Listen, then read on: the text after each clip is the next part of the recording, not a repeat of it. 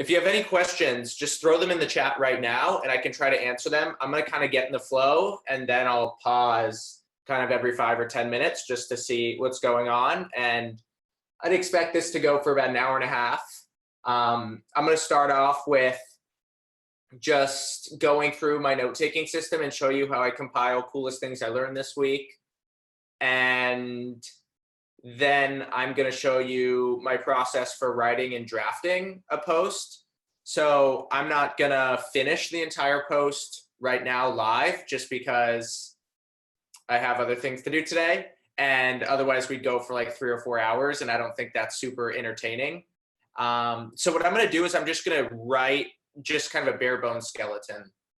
And then once that skeleton is done, I will then populate what looks like an outline, and then we'll call it quits in about 90 minutes. Once again, if you could turn on your video, that'd be great. It just makes it much more enjoyable for me as a presenter and much more enjoyable for us as a group to see all the people who are here. Yeah, why doesn't everyone write in where they are? I see Peter, I see Neil, I see Vijay. Please turn on your videos. Mumbai, Amsterdam, Bangalore, London. Oh, it's so awesome. Who else? Baltimore. I was in Baltimore 2 weeks ago. Macedonia, geez. Seattle. Germany, Paris. Holy hell. Mumbai.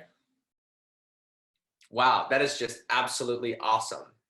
Okay, let's rock, ladies and gentlemen. So I'm going to share my screen, and then I will bring everything in here. So I'm sort of working on this bigger screen. It gives me a little bit more freedom. So what I usually do is I just start off by creating a quick note. And this is my note-taking system on the right side of the screen. I put it all in Evernote.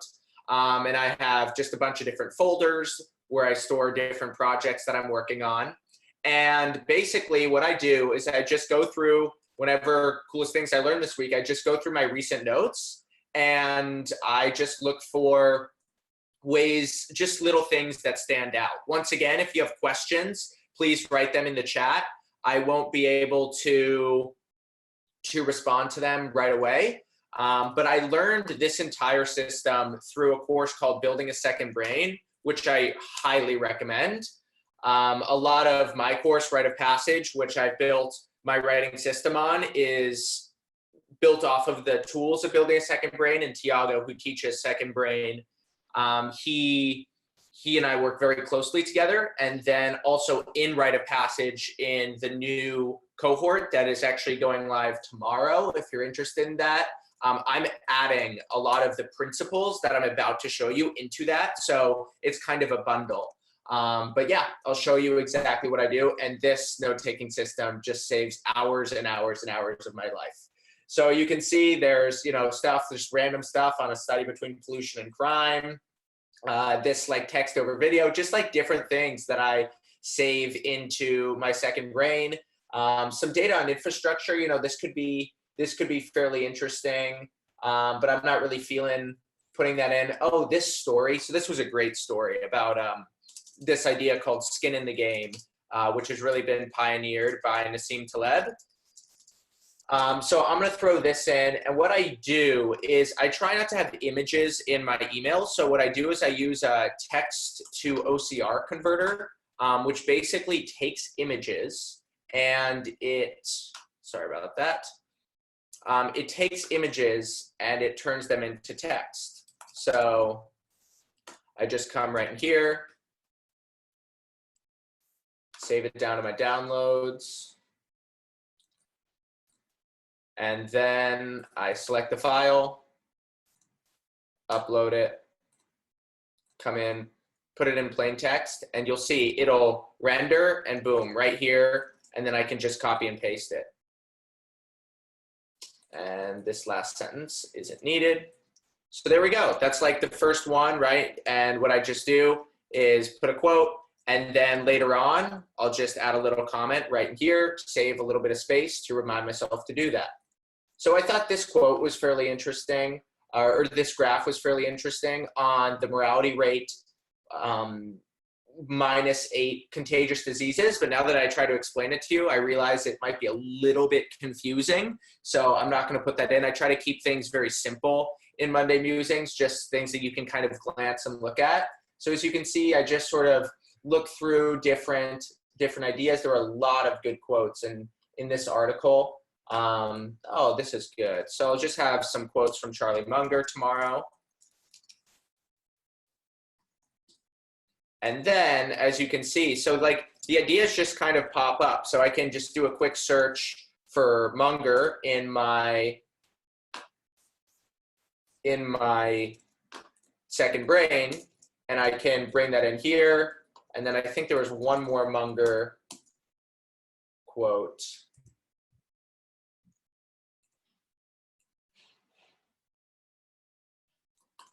And then what I could do for something like that is I can just literally search my notes, bring in everything I've ever read about Charlie Munger, and then just can add other quotes. So we'll see if we find anything. And I usually just move pretty quick, but I'm not really.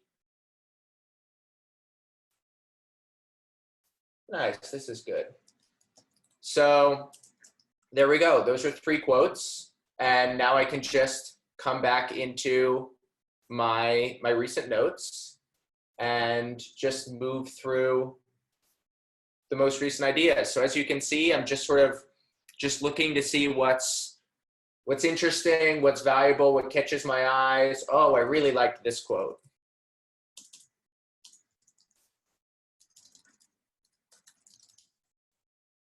So you can see I just put a little title, and boom, I can come right back in.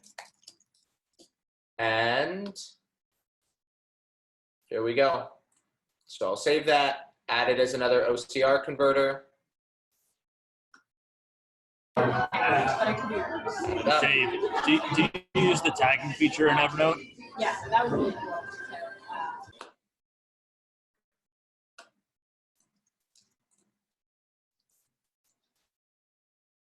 And boom, there we go. So now, I mean, we're halfway done already. As you can see, this takes me, this was a great graphic.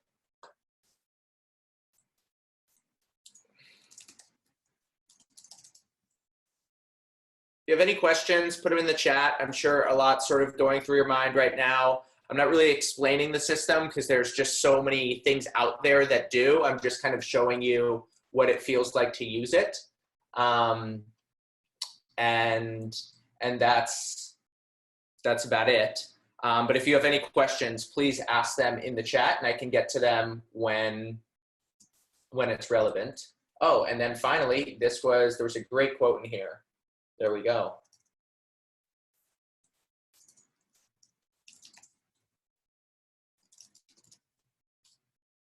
Yes, Neil. They're just collected as I read, and then I just throw them in my Evernote just kind of automatically. And then right before we did this, I spent, let's see, I could tell you exactly how many seconds I spent. Yes, I did a 21-minute session doing a review, and then I did a 25-minute session. So I spent 46 minutes this morning just kind of organizing my second brain and this entire Evernote system. But as you can see, whenever I need to access information, it's all right there. So look, I'll probably shorten this last quote or add a little comment. And then what I will do is I will just have a note here. So need some background and link to that quote.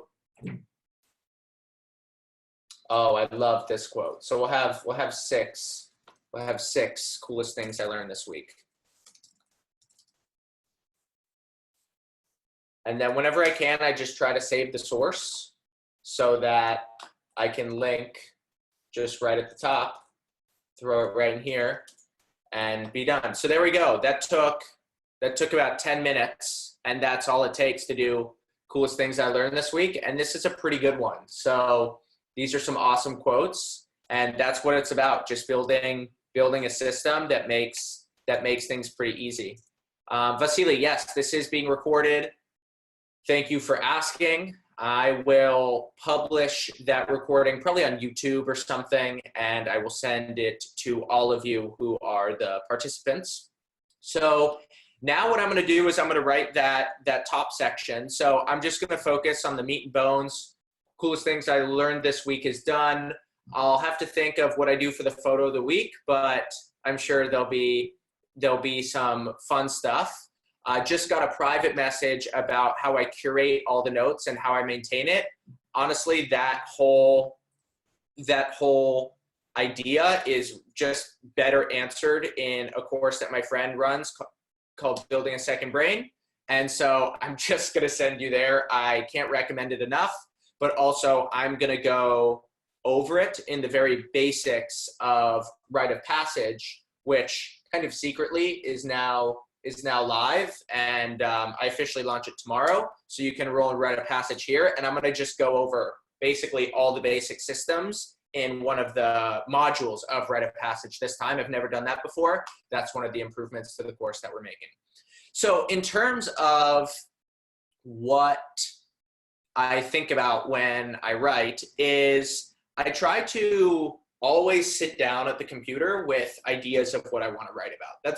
That's fairly important. And I think a lot of people, they get writer's block for a couple reasons. The first is when they sit down at the computer, they then begin to think about what they want to write. And also they don't have an abundance of information that then they can draw from. And what I'm going to do here real quick is I'm just going to share my other screen. So yeah, they don't have an abundance of information that they can draw from, and that makes writing way more difficult than it needs to be. But I'm gonna kind of run you through an idea that I've been thinking a lot about this week, and we can figure out what the story is here. So what I usually do is I know that there's kind of a loose connection. I've been thinking a lot about cities, and we have in America, we have this issue where cities are basically this hotbed of economic growth and prosperity, but what's happening is there's not enough people in cities. And there was a study that I read a couple weeks ago, and so I'm going to anchor it off of this study. So I just do a quick search, and I can get my notes. Here we go. It's called Housing Constraints and Spatial Misallocation. So I'll add that in here. And basically the paper found that right here, here's the key. So land use restrictions to the level of the median US city would increase the growth rate of aggregate output by 36.3%. So basically if those land use restrictions weren't there, the median city in America would then have a third higher growth in GDP. Now, as a country, then you can see GDP in 2009 would have been 3.7% higher. I mean, that's just a crazy finding. So I guess one of the arguments, like the fundamental thesis of this paper is going to be that cities are the biggest piece. They're getting people into cities.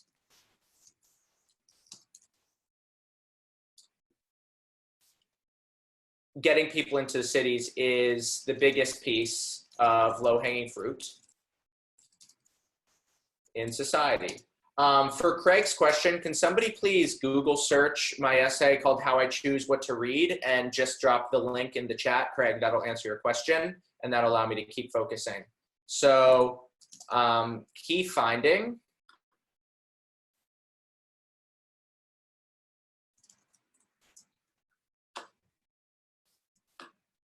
And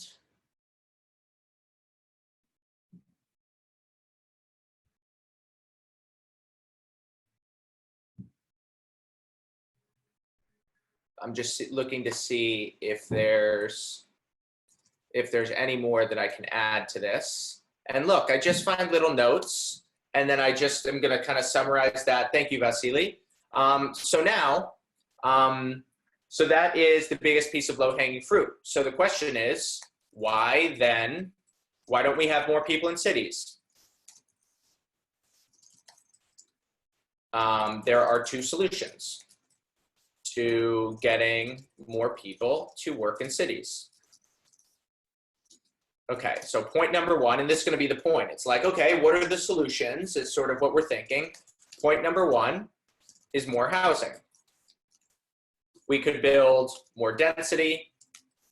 And I read something a couple weeks ago, and I was just reminded of this, about Parisian density, and how dense Paris cities are. So let's see where I can find it.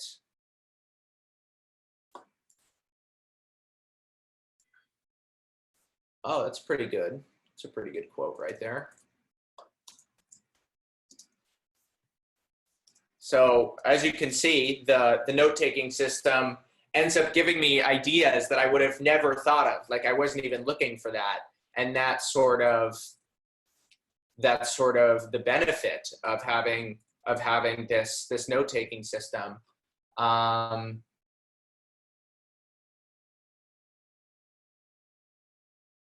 Here we go. So look at this. This is a quote about urban density in Paris and how there are certain buildings in Paris that can be smaller, but in New York, we have these land restrictions. So what I will say is we need, so, you know, it's always good when you're writing to think about what are people sort of coming to the table with. And so you could say everybody talks about building more houses, but we can also relax the restrictions for minimum room size. And boom, right there, that's sort of my main point for the first one.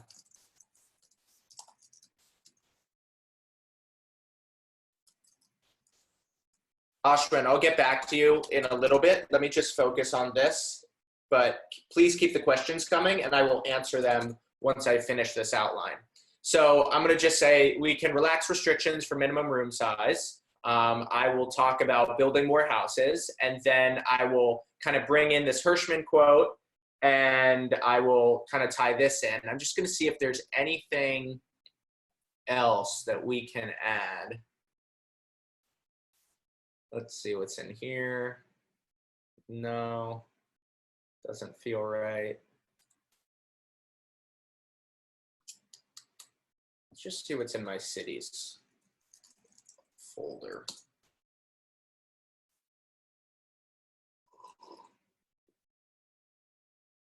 Oh, this is good. Ha! See, you just find random stuff. It's awesome. So winner take all cities. How's this? So actually, I think that's even better. So winner take all cities. God, I love this system. So as you can see, the top 25 cities account for more than half. I have my little graph right here. Just going to add the interesting data points. And what I just do is whenever I look through, I just sort of highlight some stuff that's really good or bold it. And then that just reminds me, like right here, when I go into the future, I kind of know where to look and what's interesting. And I'm just adding, ooh, why cities fail. Let's see what's in here.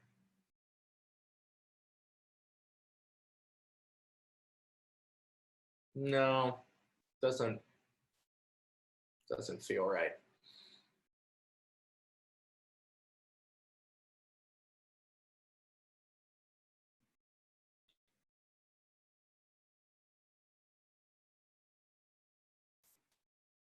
Oh, this is great.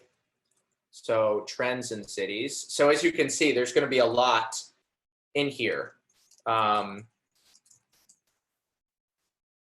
Cities, people are leaving cities,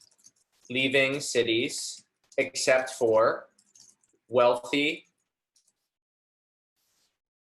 well, white college graduates with no kids. And boom, I have my data point. This is from an outstanding article by Derek Thompson. If someone wants to Google this quote right here, well, I can just do it real quick. And I can just throw the link in. I just really recommend this article. Plus, Derek Thompson is one of our Monday Musings subscribers, so let's support. There we go. So basically, so that's what I have now. So I've been thinking a little bit about this piece as I've been writing it. And so why don't we have more people in cities is also a question that I'm just going to remind myself of is, how do we get people to cities? And the thing is, in America, and now I'm kind of getting into my conclusion here. In America, the problem is that both housing and, well, transportation are broken.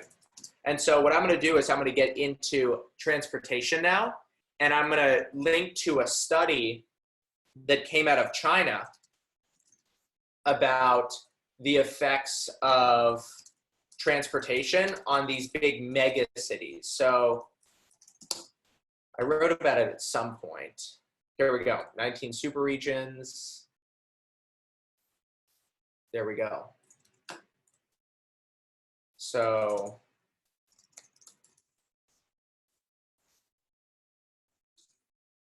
bring that in, change this.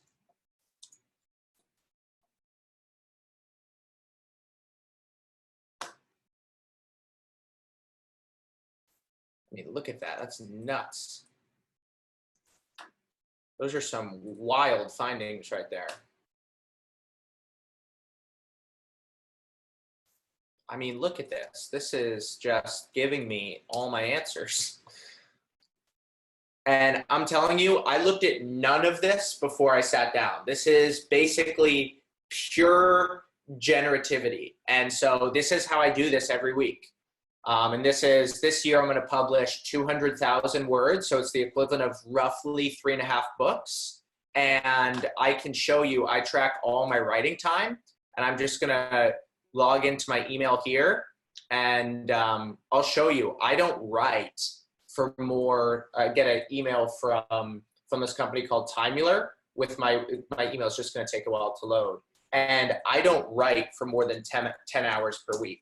So let's see, right in here, this is how writing just doesn't take me that long. So just last week, I'll show you my work statistics, and I track every hour at my computer.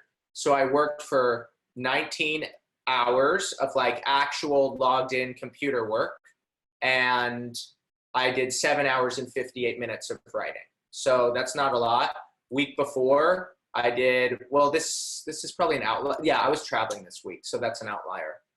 Week before I did 32 hours of logged in work, and I did 9 hours of work, so of writing. So I really don't spend that much time writing because this process is so efficient. Week before, 57 minutes. So really, it is a wildly efficient process. So I'm just going to see what else is China transportation. And then I think I'm basically ready to write. Okay,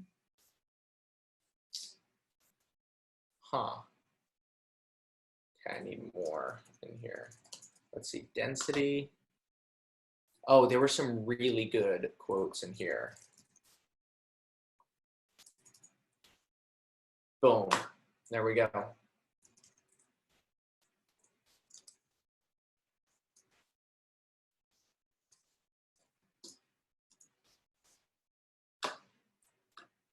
So I have some link to some scientific papers right there. And I think somewhere I have the link to high-speed rail. That's what I'll look at.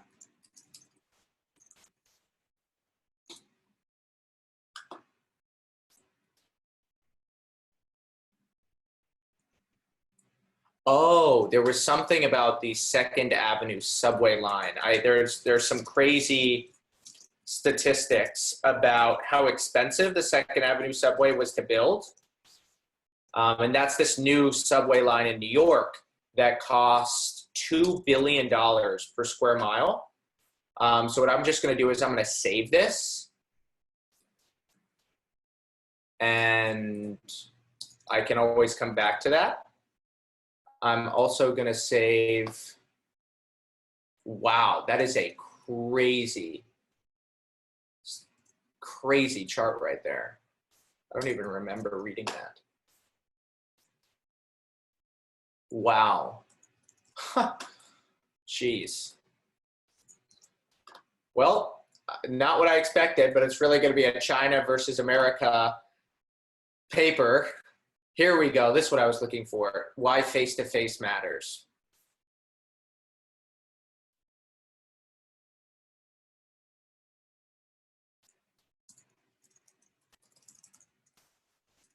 So I'll kind of conclude with that.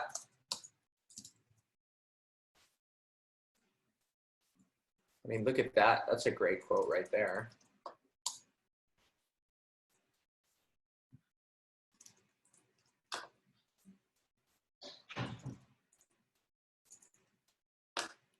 Then can kind of save all my sources. And then I'm just going to finish up this subway cost. And we'll get the actual metrics on how much. Whoa, how's this? Higher incomes are associated with lower commute times. That looks good.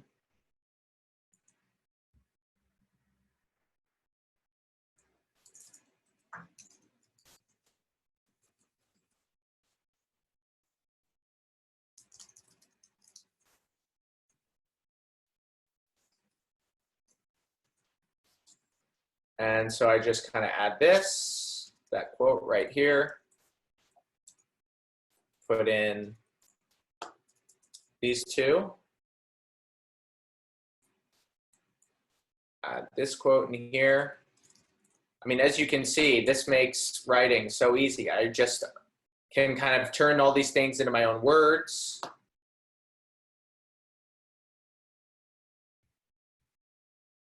Wow. That is a great point.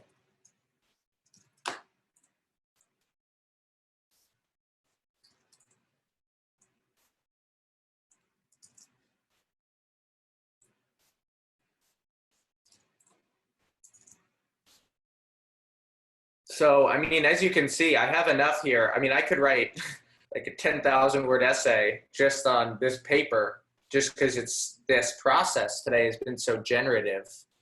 And I was telling you, I was looking for that Second Avenue subway thing. Here we go. Boom, boom, boom. I want a chart though. Why are American costs so high?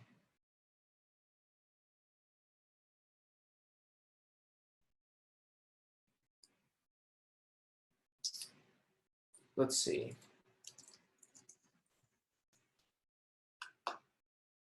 I know I have something on this. No. Okay, we're just going to go back to that subway cost that we were just on.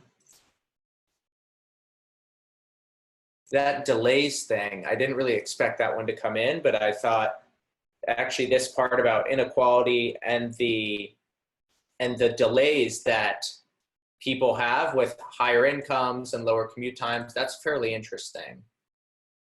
So, no.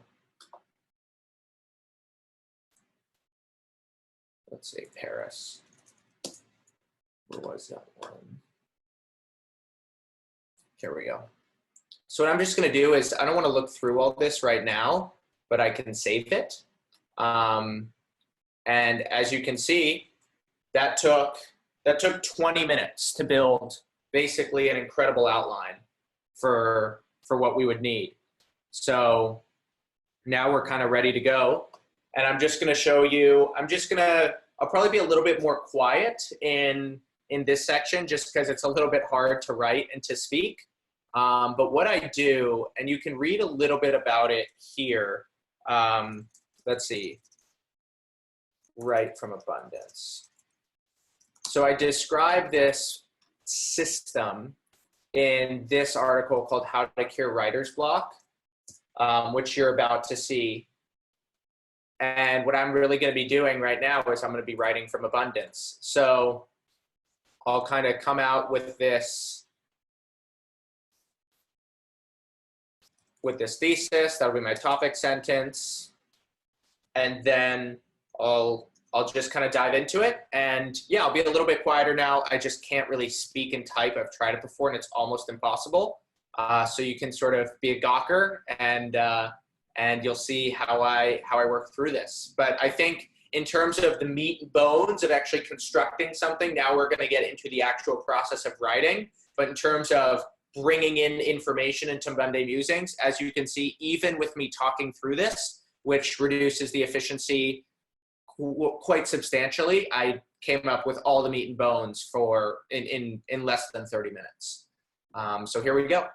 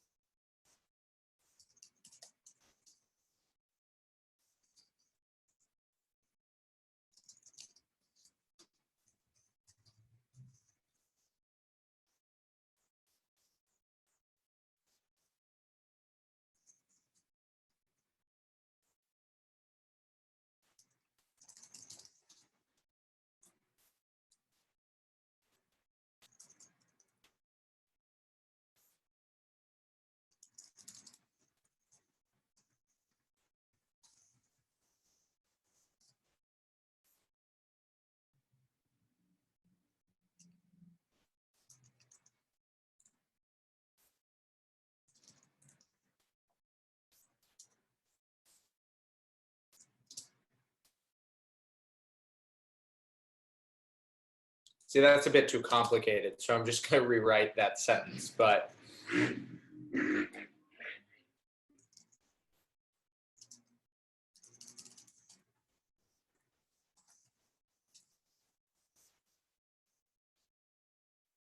in 3 cities. For anyone who's just joining, I'm going to publish a full screen recording and just kind of giving you an update here. I spent the first 10 minutes writing the coolest things I learned this week. Then I spent 20 minutes coming up with this outline. And then now I'm actually working through from the outline into the paper, and now I'm writing that. If you'd like to keep this just for your own records and follow along, sorry about that.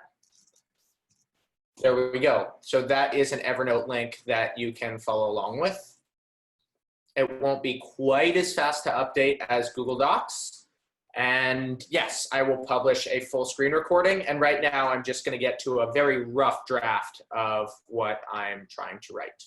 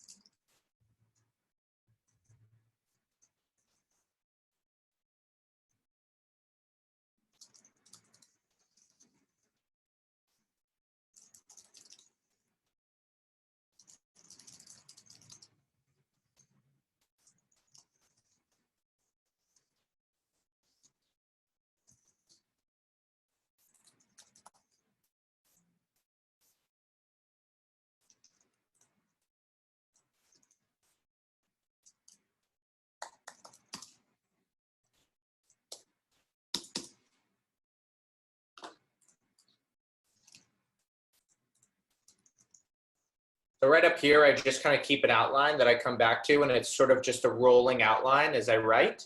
And I'm done with these two. So now I'm just going to kind of finish my introduction.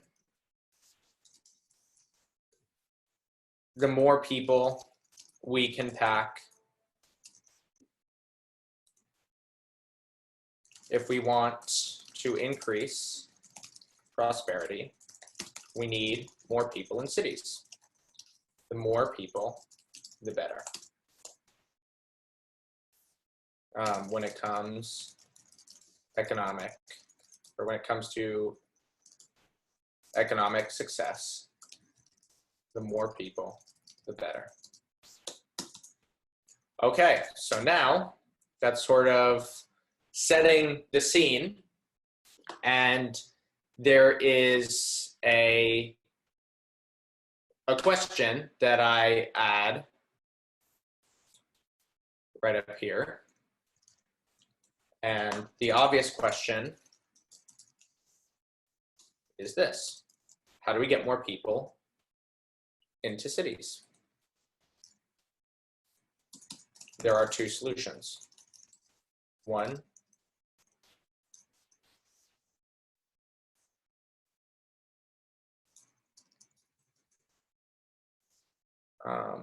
housing, more housing, and faster transportation. And then, here we go. So come up here.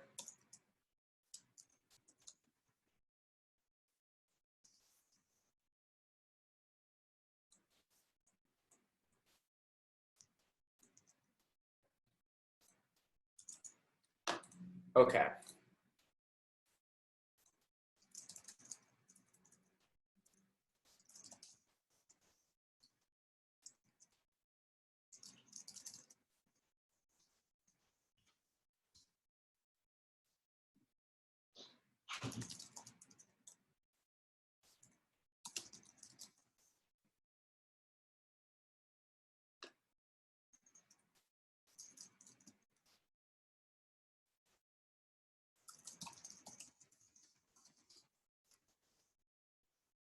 So I remember Matt Iglesias wrote a book called Why is the Rent So Damn High?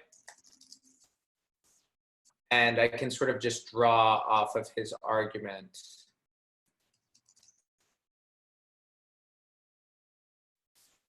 I think he had kind of a weird title for it, so I can't really search it. There we go. The rent is too damn high. There we go. So I can sort of, I think he makes a very commonplace argument, but I'm just going to summarize it in here.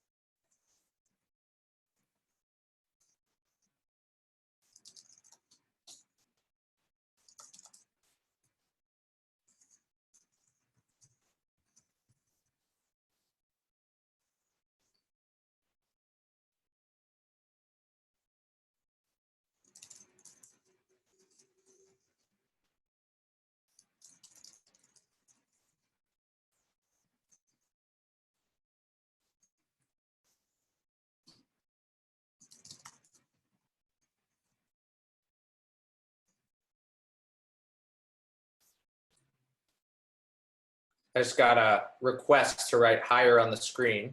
Yes, I can. If that's helpful, great.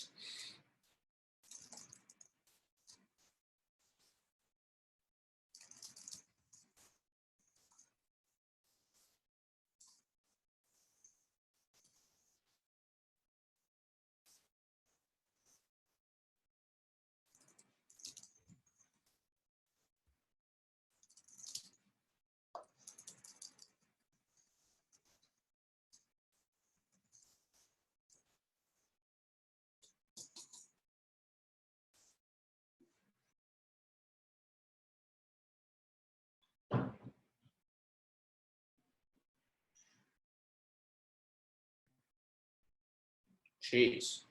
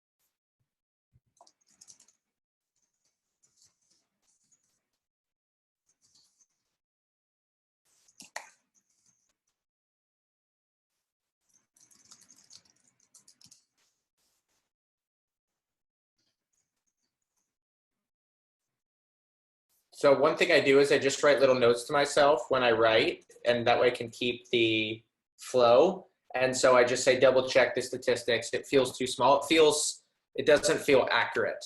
And so I will go and I will double check that, but I just want to stay in the flow of writing. And one thing I do when I write is I only at any point write or research. So my research time doesn't count to my writing time. And whenever I get a little stuck like this, I just write a note for myself, and this allows me to keep going, which I'm going to do now.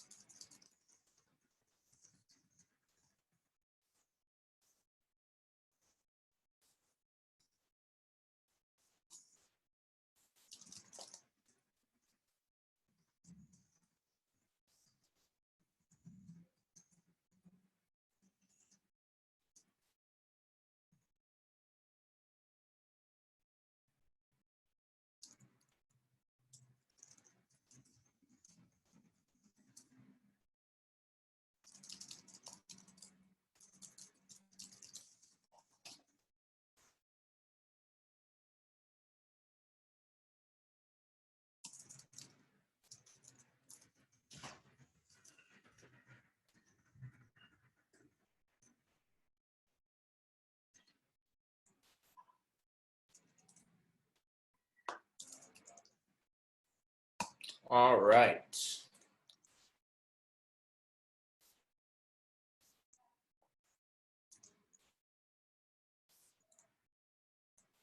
I actually think this interview was with Russ Roberts. Okay, so there we go. So that is sort of the argument for the first point. So I'm gonna add this, move this back up here, and then I'm just gonna write a note to myself, conclude this paragraph before moving on to the next one. So right now, in an hour, less than an hour, we're at 567 words. So, okay, cool. Okay, so now we'll move on to the next one. So this is on increasing transportation speeds. Come up here.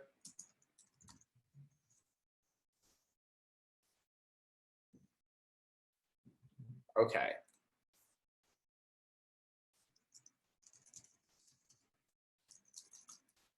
Assuming no changes in urban housing policy, even if, actually, recruit urban density wouldn't be so necessary if we had fast transportation. Oh, last night it took my friend more than an hour to travel from Williamsburg, from Brooklyn, to his apartment in Manhattan. The delays were caused by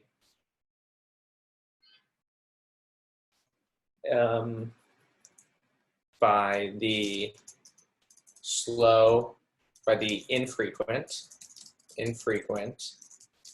L train, which travels from Williamsburg to 14th Street in Manhattan.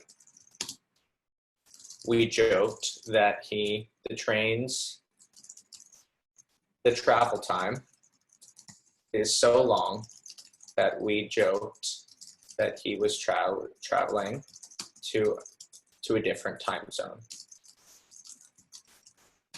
Boom.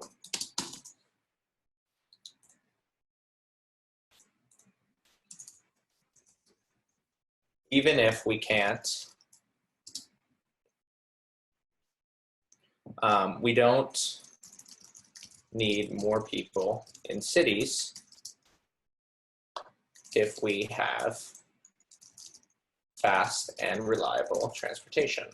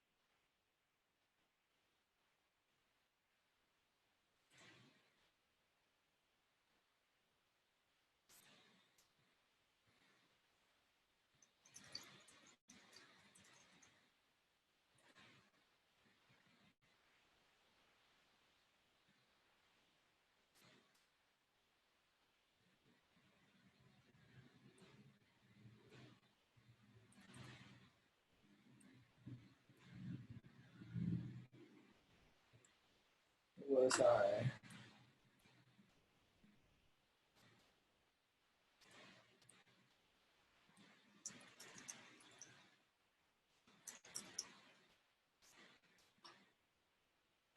It's weird.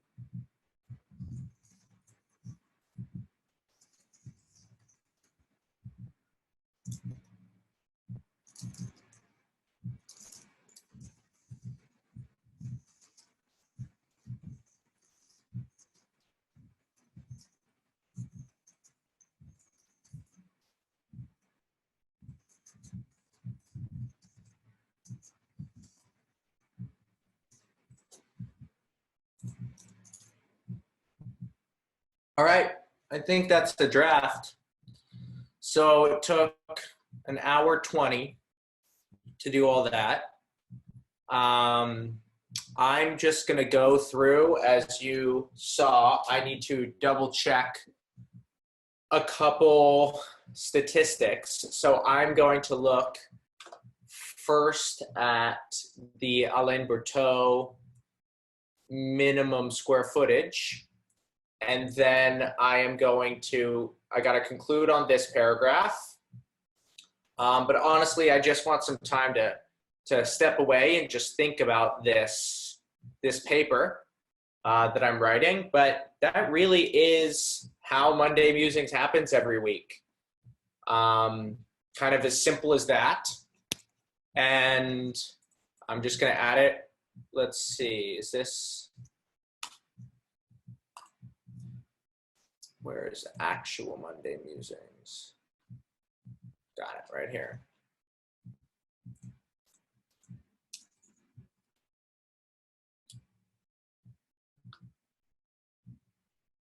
So then I'll just show you, I use a tool called ConvertKit,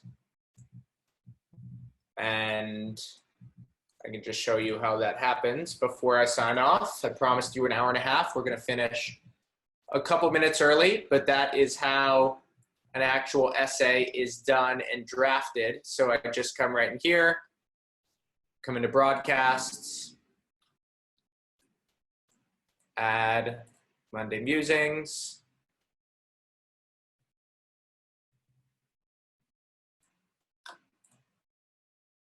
Goes out to all these people. And then I usually begin with coolest things I learned this week, and I just throw them right in. So there we go. That's how it's done. And I sent you an email right before today's session. So if you have any questions, you can absolutely email me. I will try to answer them in some capacity. If this is something that you would like to do, I strongly recommend Rite of Passage. I mean, I really built the course to show people how to do this at scale, and I've added a whole module into this new course that goes into exactly how to set up this system, how to go through it. And by the end of the course, I mean, you're just going to have this. So that is in addition to whole new ways to think about writing, whole new ways to think about actually using your writing to connect it with people, brand building.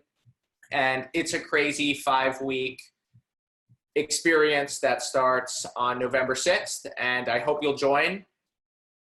And thank you so much for your time. I know it's a Sunday. I know you got a lot going on, and I hope this was helpful and productive for you. So there's 2 more live webinar module type things like this week. I'll be doing one on Wednesday about how to actually capture and save your notes so that you can begin building a system like this. That's with Tiago, who ran Building a Second Brain. I will put the links in Monday Musings tomorrow.